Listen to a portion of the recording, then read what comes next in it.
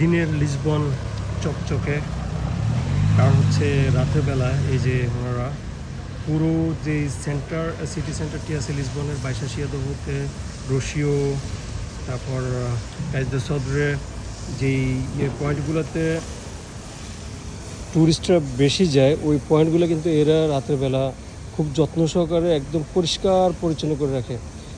সকালে উঠে যখন ট্যুরিস্টরা বের হয় তখন এই জকজকে সুন্দর মার্বেল করা টাইলসগুলো দেখতে পায়। এই যেমন এদিকে একটা গলি, এটা এখনও পরিষ্কার হয় নাই, কিন্তু হয়তো একটু পরে দেখবেন এখানেও একদম ধুয়ে সাদা জকজকে করে ফেলে।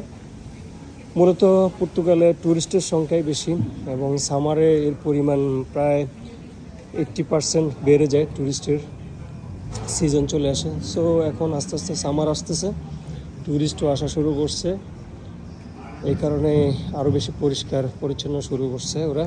যদিও অনেক এরিয়া আছে দেখলে মনে হয় যে অনেক নোংরা।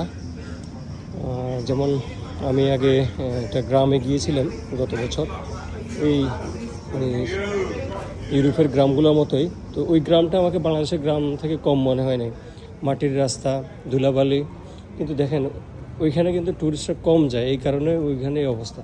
কিন্তু যে পয়েন্টগুলোতে ট্যুরিস্ট যায় ওরা ওইগুলোকে একদম ধুয়ে চকচক করে রাখে।